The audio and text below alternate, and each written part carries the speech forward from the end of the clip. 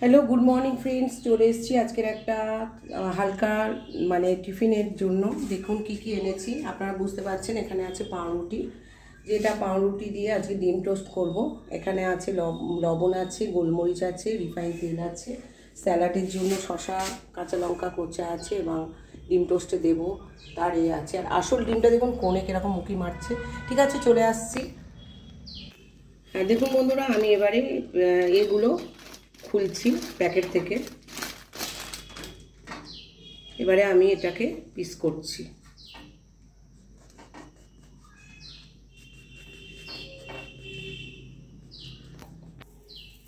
Hello বন্ধুরা, দেখুন পাউরুটিগুলো piece করা হয়ে গেছে। এবারে এগুলো আমি ভালো করে টোস্ট করে নেব।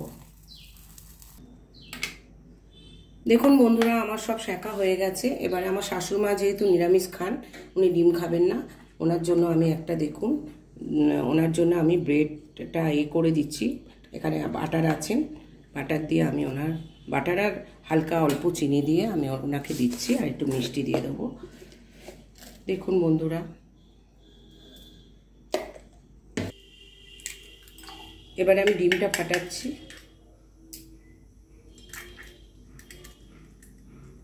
এতে একটুখানি আমি লবণ দিয়ে দিলাম, অল্প একটু গোলমরিচ দিয়ে দিলাম। আর কড়াইতে আমি দেখুন তাওয়াতে আমি তেল দিয়ে দিলাম।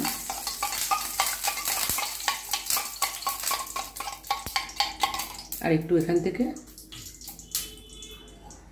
পেঁয়াজ কুচো আর লঙ্কার কুচো নিয়ে নিলাম। দেখুন আমি এবারে এক পিস করে এবার কমিয়ে দিলাম আস্তে করে। আমি এক পিস দিই আস্তে করে।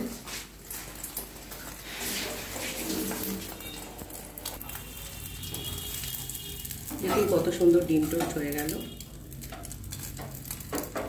আজকে ছুটির বার, আমরা এইভাবে আজকে খাচ্ছি।